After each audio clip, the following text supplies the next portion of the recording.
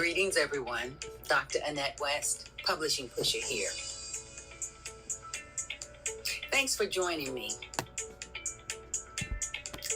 in the Jetney Publishing, talking all things books.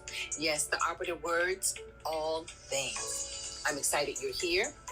You listen in, share your thoughts. You don't have to be live on the screen to be able to talk. And I want you to know, your success is my business. I'm here to assist you, support, empower, inspire, as we pull out those thoughts to get these books accomplished. Thanks again for joining me. Hi, everyone. How you doing? Hi, Miss Anna. Good morning. How's everybody today? Hello. Wonderful, wonderful. What's been going on, Miss Anna? Well, I had an interesting conference last week with my daughter chairing a session that I presented. The most exciting thing for me, however, is we had 89 first timers, young people who are considering teaching as their career. And I had the opportunity to host the first timers table. So we were going, but it turned out to be an exciting time to share some strategies that have kept me in the profession all these years. Thanks for asking. Oh, that's wonderful, Miss Anna. Well, we need people in academia. We need people in the school systems. So, yes. And I sold a book. There you go. You were prepared and you sold a book. So you never know when those sales are going to come, and you're thankful for every last one. Right. Yeah. It was not a sales event, but like you said, I went prepared. I had a couple books in my briefcase under the table and it just happened to mention it to a person. She said, "Let me see it." I showed it to her. It was teaching writing in college classes. So be prepared, show up, and have your QR code ready. There you go. There you go. Oh, there we go. There's that S3 model in play. If you don't show up, people don't know who you are. If you don't speak out, people don't know you have something to say. And if you don't share it, people don't know what's in your toolbox. So that is wonderful. Congratulations, Miss Anna, on the event in general, being a part of it. That's good. Well, we have Sharon Rand is here with us today. Minister Angela Simmons is here. I'm excited. She's working on her book, Passioned. Come on, Minister Angela, tell us the name of your book. Can you speak? Yes, it's the Principal Passion Sex Talk Guide for Singles. Yeah. She's working on her cover. It's looking really good. Really looking real good. Yes. Yeah, available for pre-order now. Scheduled delivery, I'm going to say no later than Valentine's 2025. Okay. So that's the important thing. And really wait until the new year is a good thing, because then you'll have a new book for the whole year. If you publish it in November or December, it's only new in 2024. And you can say, "Oh, I published a book this year." Then you're in, and then it's the next year. So if you do it in February, you will have a whole year to say, "This is my new book." This is my book for 2025. Yep. So go ahead, Miss Anna. On the other hand, with the various holidays of various cultures around the holidays, having something available may not be a new book, but one that you can share at this time to recommend as gift giving. And one of the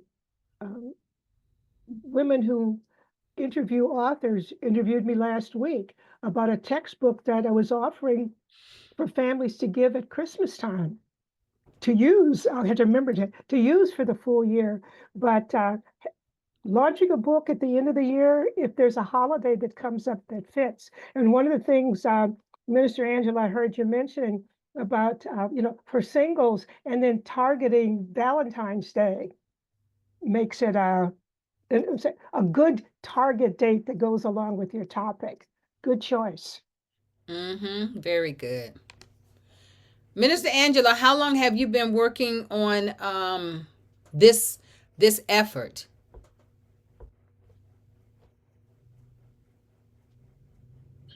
Over 20 years. Over 20 years. So she sounds Yeah. like Sharon Rand, 20 Yeah. years. Life happened in between. It started out as a youth. I started doing this ministry working with youth. Well, first of all, it started with my own transformation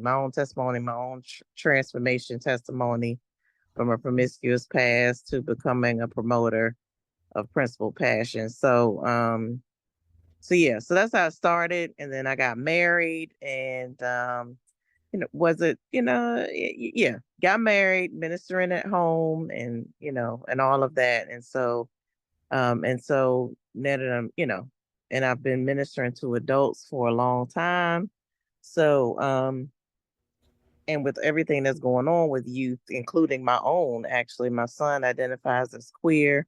I'm not ready to release the youth version, because I really do feel like I'm going to need to have something in there that kind of deals with that. I'm a heterosexual myself, and so just want to give some share from my own experience and what blessed and helped my own life as a heterosexual Christian, and now divorced, single again. Just want to put out my singles project first, but I did experience over 17 and a half years of yeah, with marriage. And so I want to put out a marriage project next. And then last, I'll put out something for youth as well. So yeah, so that's kind of the order that God has me on right now. It reminds me of the five love languages. You remember when that book first came out, the five love languages? Then it went to the five love languages for couples, the five love languages in relationships, the five love languages in for teens, the five love languages for singles. So it just that initial concept built so many other products from it, and that's what we have to really think about with what we are creating. I totally agree. I totally agree. Yeah, I'm excited about it. Matter of fact, the fact that you mentioned that, I'm excited because God put in my spirit, as I've been, it's been over 20 years since I've been single, and even trying to date. And now that I've been back out, well, not really dating, but but encountering other singles and things like that, I realized, as I've been speaking and sharing with them, like on Clubhouse, like how I met some of you, that I've brought out that we need to. It's wise to pace yourself, even based on the phase in your relationship, with the physical intimacy, which is my biggest thing, and then also other areas of the relationship as well. And the five love languages, God put that in my spirit, like, because some people need an example, or a few examples of what do I mean by pace myself. And so God said, look at the five love languages and the different ways that we express love in that regard, and give people a few examples from that. Again, not trying to be legalistic to say, oh, you have to do it exactly this way, but be very prayerful that possibly these are some examples of a way you can do it, and be mindful and be prayerful about, what works for you, and what's in your heart, what you have convictions about. And so yeah, so I'm very, very excited about that part in reference to sharing that as something that, like I said, for years I definitely had the physical part in there, but then we have to add the other pieces as well, because the physical is just one aspect of our relationship, or what have you, is one aspect of intimacy, but it's the other pieces really that are, and yeah, that's definitely my testimony as well. because Amen. in my marriage, the intimacy was great. That was as far as the physical, but outside of the bedroom is where we really struggled. And that's the meat and potatoes of a relationship, because you can't stay on your back 24/7.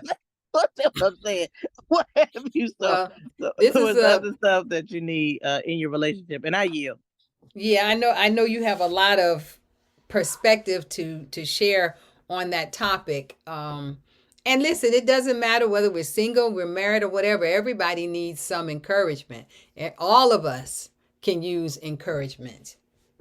Definitely, Hey, definitely. I'm so excited. Thank you for letting me share. yes. Hey, Jerry, good to see you. Hey, Dr. Diana, good to see everybody. So, any questions for me this week that we want to look at? I'm still talking about how to prepare for live book events. So this will be the third week that I will have talked about this because there's so much content to go along with it.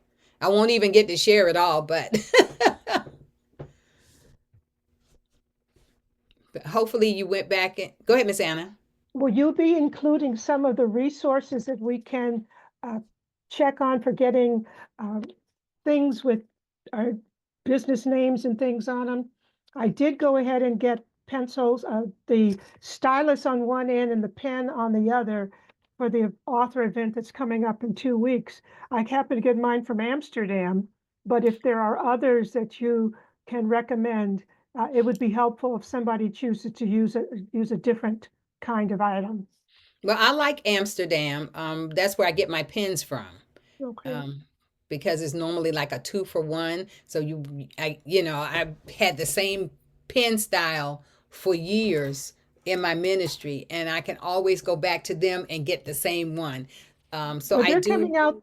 they're coming out with ones that are styluses on one end to use on the tablet, and you can just flip it over and it becomes an ballpoint Right. pen. Mm-hmm. And I noticed it this weekend at the convention, how often that turned out to be a useful something you could have when you're writing your notes, when you're tapping in the QR code. You don't have to reach in your purse or into your pocket to find another implement. And so having both on one piece turned out to be a good thing for me to choose this particular time. Yeah, Amsterdam, like I said, is one that I use. I have to look and see because there's a different one that we use for the bookmarks and things for the I think that was 24 hour. I think that was 24-hour printing, although we don't do it in 24 hours because even though you can get it done in 24, you're going to pay extra for that. So we don't do it's just like the overnight print. Yeah, no. You can get it overnight, but you're gonna pay a healthy fee for it, which will probably be more than the books that you were getting done or the booklets that you were getting done. But it's good to know that these entities do exist. That if you were in need of something at the last minute, that you could get it. Just understanding that you would have to invest in it. Good morning, Janice. So yes, Miss Anna, I will see if I can pull some of the different places that I have used and share that. I just made a note, so maybe next week I can share on that as well. But anytime I am speaking this morning, if you have any comments that go along with it, your own experiences, please feel free to share. I appreciate it. So the topic is how to prepare for live events. If you have not looked at the other videos, we are 20 videos strong, I believe it is, for the Talking All Things Books series we are doing. You can find those videos on my Dr. Jetney Publishing YouTube channel. Yes, yes, yes. And 19 and 20, I believe it is 19 and 20 or 20 and 21, one of the two, are parts that I've already shared on this topic, how to prepare for live events. So I'll just give you a few topics of some of the things that I've already mentioned: setting clear goals, defining primary objectives, setting specific measurable targets, understanding your audience, time-based skills, preparing for flexibility, evaluating the results of the events, selecting the right events, looking at genres, researching event history and attendance as well. So today I'll follow on with checking event relevance. Every event is not where you need to be. Everything that you get invited to is not what you need to go to. Everything that even may come to you that is free is not for you to invest your time in. Our time is valuable. And signing up for a lot of things that at the last minute we don't even go to them, don't even sign up for it. If it's not even if you think it's a fit, just leave it, then come back to it. You may realize if you would have hit it the first time and signed up for it, it wasn't going to be a fit in the long run. So check the event relevance. Make sure it aligns with your theme. If you are talking marriage, if you are talking singleness, if you are talking relationships, but the event is for book authors or predominantly book authors, you won't be a fit when the advertisement is for book authors. And people aren't coming for what you have. That doesn't mean you would not make a sale, but you're not relevant to that particular genre that they have mentioned that the book fair is for. So asking questions is very important. If you have a wellness book and there's a health fair, then that's probably a good idea. But I would probably still ask questions. If you have a marriage book, yeah, I mean, you could have a healthy marriage and maybe need to know how to learn that, but finding out what type of things they have at that fair will be a determinant as to whether you may be a good fit or not for that venue. So consider your the venue location. Is it going to be a high traffic area like your mall, like cultural festivals, popular local markets that is going to provide a lot of foot traffic?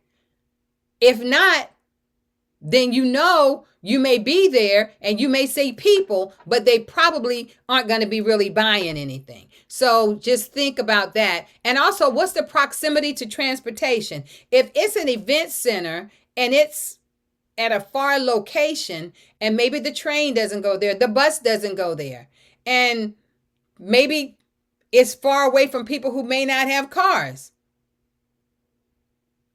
How about the parking in that area? Is it hard for people to park in that area? I know I've gone to some things and man, you had to drive around the block or blocks several times hoping that someone would move so that you could get in because the place didn't have its own parking or the parking was very limited. And especially if you're dealing with people who have smaller independent venues. So we have to really do our homework. And a lot of this information we can find on Google. Go do a Google search. There was a book fair in North Carolina that I was like, oh, this looks interesting. And when I went and really looked at it, I was looking at the type of authors and genres and stuff, but it was mostly geared towards fiction books and romance type books. So yeah, no. And then I was going to have to get a hotel. I was going to have to drive there and back. I was going to have to worry about my own food. I was going to have to take things and set it up. And then you start thinking, okay, no, this isn't going to fit. Many times when I do my setups, I have someone else with me. Well, there's a cost to having other people with you at these venues.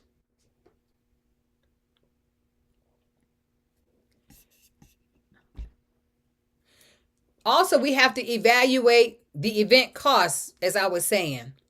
What are the booth fees?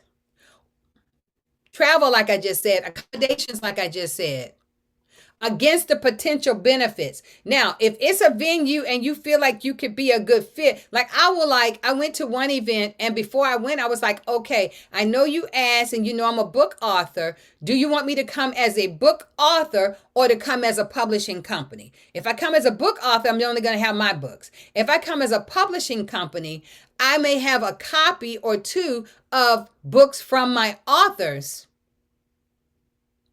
or collaborations that I've been in and other things on my table that they could vest in. So I, ask the question, how many publishers or book authors will you have at this venue?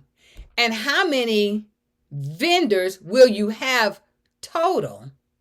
And what is the anticipated number of participants for this venue? Well, once I found out the number of participants, the number of vendors, and the number of art book authors or publishers, okay, I saw it would be a good fit for me because it wasn't anybody else doing publishing company.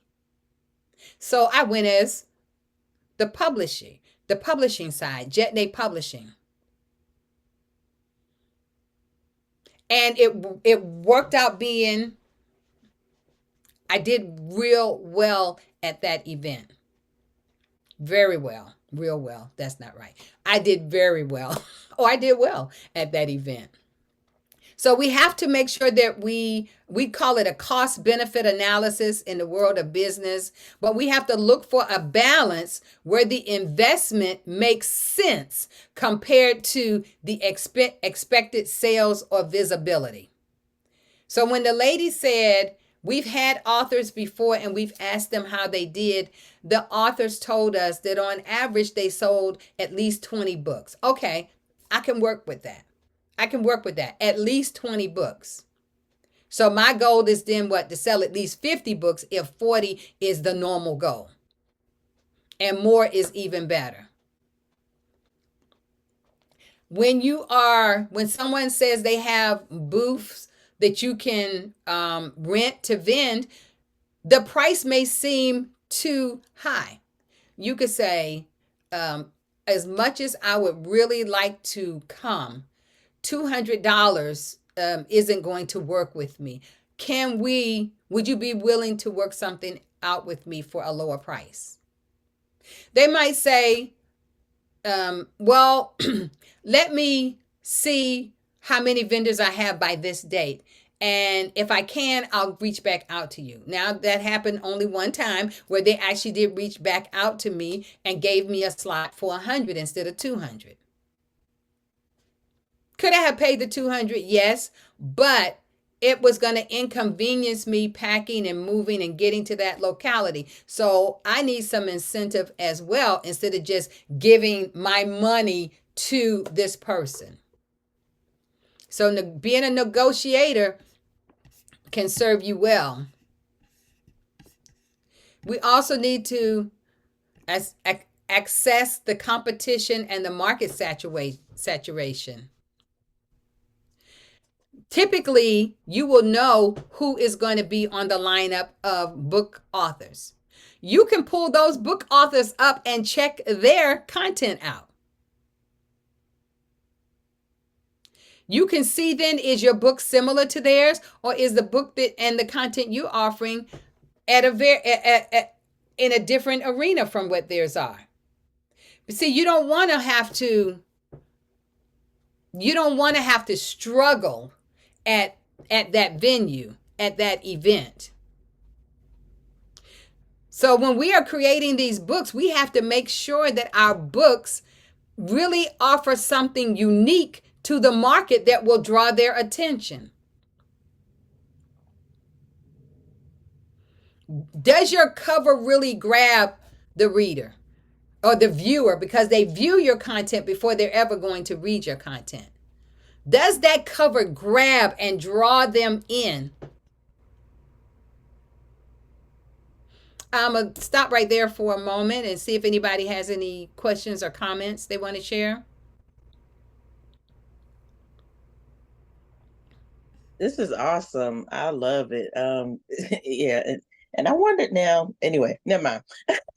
I You sure? recently, I recently sent out this invitation or this opportunity that I was looking at to some others, in my networks, and I got this feedback in reference to that, like how you do have to, because I'm new. I'm a new well, when I say new, with my marriage or what have you, that kind of it's it just kind of had some ministry in the marketplace on pause or what have you.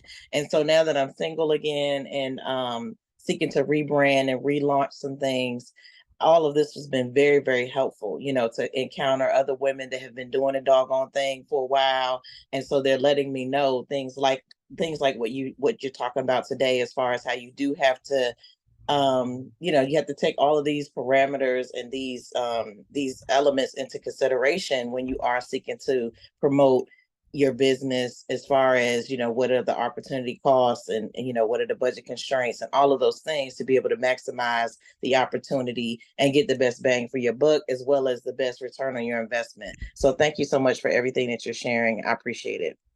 Thank you, Angela. Go ahead, Miss Anna. One of the things that I would encourage us to do is to read the small print. Often the calls for vendors includes a no refund line. You may change your mind, but your money is gone. And so doing your research ahead of time is important. It's, bottom line is it's a good thing for me? Is it a good thing for me to invest in now? Or should I wait and learn the answer to the questions that Dr. West is asking us to consider now? Because often, once you pay that fee for the book space, the table, or whatever it is, it's non-refundable. Very true. Very true. Good morning, Dr. Annette. Hey. Hey, I never thought about trying to negotiate with them. I just never thought about that. So that kind of resonated with me this morning to, yeah, try to maybe negotiate the price. So thank you. You're very welcome. Thank you, Janice, for coming in. The other thing you can negotiate is sometimes the vendor will have speakers. And this one coming up next time, she's having a panel of 4 speakers who have an opportunity to address a small group. It's in the corner of the exhibit hall, but that may be a place that you speak to someone who has questions about something else. And so there are a number of ways to negotiate, and maybe something that you hear here, you can offer to the person who is inviting you. They may not have thought of it. So keep listening. You're going to get something. Very true. Thank you, Miss Anna. Because my next point was engaging with your event organizers, letting your voice be heard. See what else you can do besides just having a table. Do they also provide support for your vendors? Do they provide promotional information? I went to one event, I think it cost me, this is a while ago, but it was like maybe $200 for the event to vend. And they said, well, we will have a sign for you. You can bring whatever you want on your table, but we will already have a sign put up for you. I didn't know what that was going to look like, but y'all, when I got there, it was nice. Okay. They had signs for everybody that paid for vending, and it was big behind you, and your colors are what they use for your sign. So that was really neat. And they sent out marketing material about it. They sent you information that you could send out, a little clip that they did inviting, saying that you were going to be at this event as a vendor at this event, and this is her book, this is one of her sources or resources or something on it, and they would have your picture on it, send it to you, and then you could be sending that out. So but think about this, even if you decide to do something and you want to have some vendors, what are you offering to those vendors other than the fact that you want them to give you some money so that they can set some things on the table?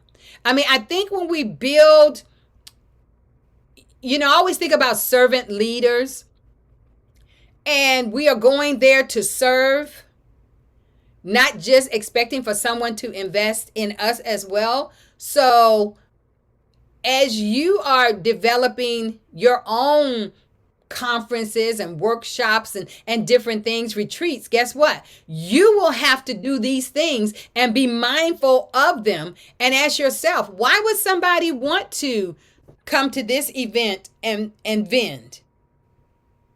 What's the benefit for them? But like Miss Anna said, and this is a great one, ask them, is there an opportunity for me to speak, even if it's just for a few minutes, to talk about my book? Or if you don't want me to talk about my book, maybe I could do just a little reading for a couple of minutes. That could boost your visibility and your sales. Just earlier this year, there was I got a last minute invite. I'd known this person for years. She's spoken at one of my retreats, at some of my conferences and things. And she was like, hey, I've been out of the loop for a while, but I'm having this event, this women's event. And I was wondering if you would come and set up, no charge for a table.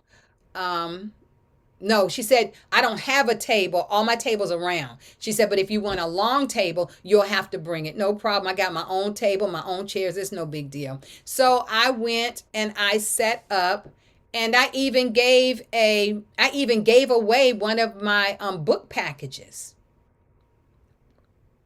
at the end of the event.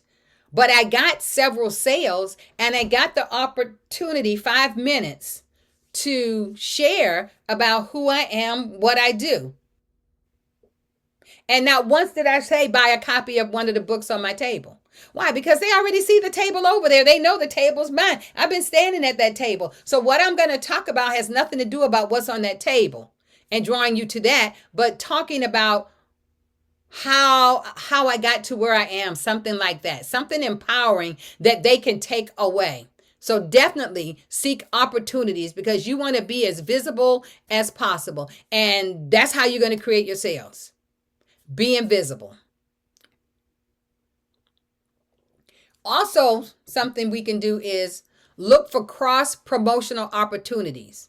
So choose events where you can collaborate with other vendors. Like next year, my sister, who does she does all of this what I want to say, she creates products, mugs, t-shirts, and all of those kind of things, floral arrangements. She does weddings and parties and stuff like that. So there's an event that's going to be going on in, I think it's in Hampton or Newport News, Virginia. And she was like, well, I'm planning to go to this. I was like, hey, I can come also, and we can have our tables together so we can support each other. So if you have to walk away, I got you. And if I have to walk away, you got me. That also meant I didn't have to pay a person to bring with me to this event. So we can talk about what each other have. We can refer each other from my side of the table down to her side of the table. In your area, you could partner with local authors. Find the local authors in your area and say, hey, I was thinking about putting something together, and I would like to know if you would support this, if you would like to collaborate with me on this. I did a retreat one time, a small writing retreat, but even though I said it's a small writing retreat, it still was a good cost. So I asked two other people, if they wanted to invest, it would be a third, a third, a third that we would pay for this event. I said, I can't guarantee you that you will get anything back other than what you vested in. So we're putting in the money to get it together so that we can do it. But then people are vesting to get slots to attend the event, as well as having some vending tables. So guess what? They got their 1,000 back. And I think about $700 each person got beyond that after everything. So, we're so busy trying to be lone rangers where we need to come together and collaborate and work on some things. And I have no problem packing my Sequoia and getting on the road and going wherever. And if you were in a state that's too long for me to drive, because I do have a limit, y'all. I figured if I worked in somebody's organization, I wouldn't work for more than 8 hours in a day. And I never believed in overtime because I ain't want to do no extra hours. So I could drive 8 hours maximum in a day. I usually try to keep it to 6, but 8 hours would be the most that I would drive to an event, unless I was willing to take another day to drive longer. But if to Texas, I'm going to have to fly, y'all. I ain't driving 19, 20, 22 hours to get to Texas, okay? But I ain't driving all them hours to get to Michigan. But what I'm saying is, it's still doable. If Janice was having something in Texas and she invited me, guess what I would do? I would put my books in a box and have them sent to wherever I'm going to be staying to get there before I get there. And then I would put them in a box, whatever is left, and have her ship them back to me when I leave. I've gone to events and I ordered books for the event and had the books sent to the event center, and they got there 4 or 5 days before I got there, and they held them for me so that I wouldn't have to fly in and take all of that stuff. So there is a way to get your content to where you're going. If you can't get it all in your your carry-on bag.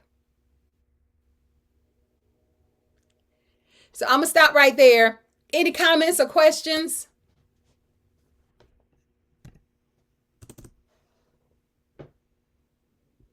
Well, since you ask, when you have your book shipped to the hotel where you're staying, sometimes they charge you. Oh, they didn't charge me. Sometimes just be alert. They'll accept it, but sometimes they charge you for storing your books until you get there. Often it's still worth it. Yeah. It's less than what it would cost you if you put them in your suitcase and had to pay extra for an extra piece of luggage. But that's one of the bottom lines to consider about asking questions ahead of time. And the other one you mentioned about setup. Some venues will provide table coverings. Some said you'll get a table, but you have to cover and decorate yourself. And so as we're considering, particularly some of us who are doing this for the first time, ask the questions. Don't assume. It's better to ask a question and the answer is yes than not ask the question and it would have been no. So we appreciate your taking the time to give us these kind of details to consider. Even if we've done a number of sessions like this, asking the questions may help us have more success because every vending setting is not the same. Yeah, you do. You have to ask, well, what do the tables look like? What size are the tables? Are they 6 foot? Are they 8 foot? Are they round? Are they narrow? Because all tables are not made equally. You learn that in the process. So you are correct, Miss Anna. We learn a lot of things, but we have to ask a lot of questions. Now, I've not gone to any venue that gave me a tablecloth on my table, but I wouldn't want their tablecloth anyway, because I would want my own tablecloth that resembles. And I'm going to say this, if you want to purchase tablecloth, I would say get 2. Don't go to where they sell tablecloths for parties, okay? I just went to Amazon, ordered the stretch ones. I got 2 for $20. And they are perfect. So you don't have to spend a whole lot of money. You don't have to get a fancy one done with your name on it and stuff. Why? Because you can have a little banner and pin to the front of your table. You don't have to spend a whole lot of money for that. I mean, don't get me wrong. I've spent a lot of money through the years getting things that were different, and then I look back on it, I say, that was really a waste of money. You really didn't need that. I didn't have to have that. It was just something that I thought I saw somebody else with it. And then I was like, man, when you could have saved that $200, you could have used that $200 for something else. So we don't need a whole lot of, listen, if your color theme is red, white, and black, put a red tablecloth on the table. Or put a white tablecloth and have some red accents on it. Or put a red tablecloth with a white runner across it. Or a white tablecloth with a red runner or a black runner. Or a black tablecloth with a white runner. I mean, you could do so many simple things. Runners don't cost much of anything, okay? Because if you have simple things like bookmarks and pins on your table with your business name and your name, you don't need all of that other stuff. Go ahead, Miss Anna. You're talking about runners. I use placemats. Smart, Miss Different color Anna. placemats depending on the book at that time, and they don't take up much space in the suitcase. They're not heavy, and they also cushion the plastic sign holders. And so if you have a particular color that you're doing at a convention or conference, because let's say when Minister Angela comes out with your book, you may have just some placemats and you lay your book on that. That may suffice. And then you can use the other thing to ask is, at the convention or the exhibit, where is food available? Because if it's open for 8 hours, you're going to want to have something to eat. And the one that going to in a couple of weeks, she has a food vendor among the exhibitors, and the vendor offers a discount for those who have their tables there. Minor details, but it can make the difference of whether you survive the day or not. That's good, Miss Anna. Thank you so much. That's good information to know. Because everybody don't keep a pack of crackers in their purse like me and an apple. But then again, there are some venues that do not allow you to eat at your table. So you have to know that as well. So that's a good question to ask, because then you might need a second person at your table, or you may just miss some sales. Now, there was one event, the one that I told you was, I paid $200 and they put advertisement it out. It was a city something that they were doing, but they had people there that if you had to be away from your table, you could let them know what time you wanted to leave your table, and they would let somebody sit at your table just to let people know that you would be back, monitoring that nobody was messing with anything on your space. So that was nice. I mean, most of the time you're not gonna get all of those perks, but I thought it was really great. Janice, were you getting ready to say something? Yes, I was going to piggyback off Miss Anna when she talked about the hotels possibly charging you to store your books.